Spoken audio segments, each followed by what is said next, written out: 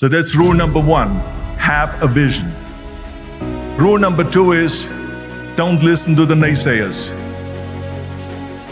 Don't listen to the naysayers.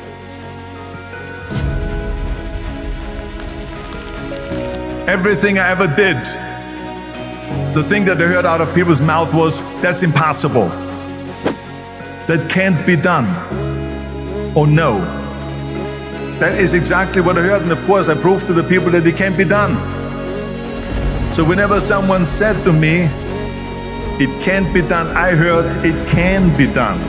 When they said no, I heard yes. And when they said it's impossible, I heard it is possible. I'm a strong believer of what Nelson Mandela said, that everything is always impossible until someone does it. Well, I'm gonna be the one, I said to myself, I'm gonna do it and I'm gonna show it to them. Maybe it has never been done before. That's perfectly fine with me. But I'm gonna do it. And I did not listen to the naysayers. It's all about the hard work that you put in. I said to myself, in bodybuilding, I worked out 5-6 hours a day. I'm gonna do the same thing now for acting.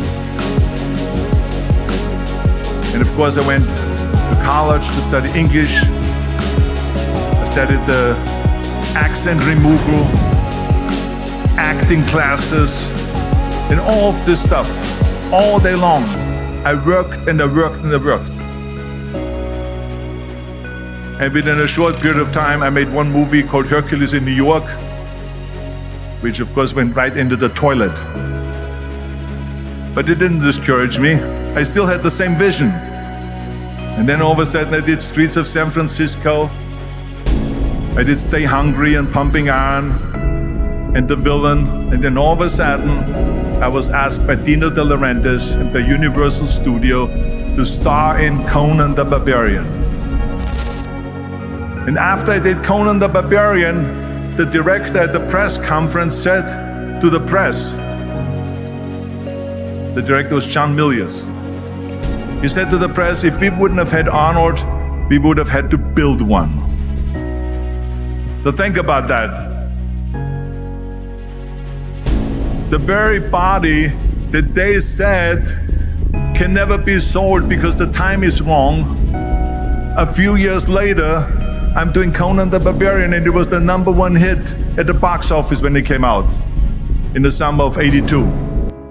Think about that. And the director says, if we wouldn't have had his body, we would have had to build one.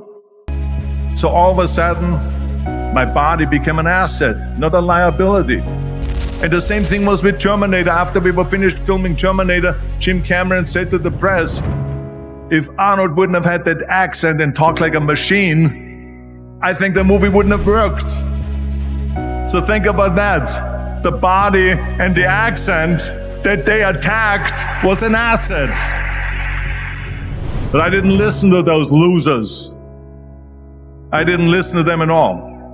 It's just the reality of it is that you cannot listen to the naysayers. So this is a very important lesson for all of you. So when someone says, no, this is a stupid idea, you in your mind, you don't have to say it, but in your mind just say to yourself, you asshole. What do you know?